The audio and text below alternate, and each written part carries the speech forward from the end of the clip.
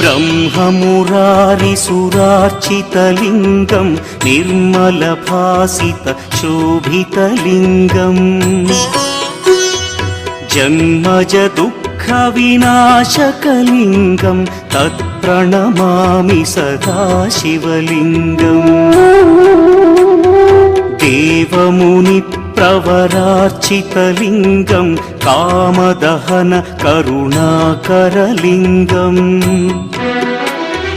रावणदर्पविनाशकलिङ्गं तत्प्रणमामि सदा शिवलिङ्गम्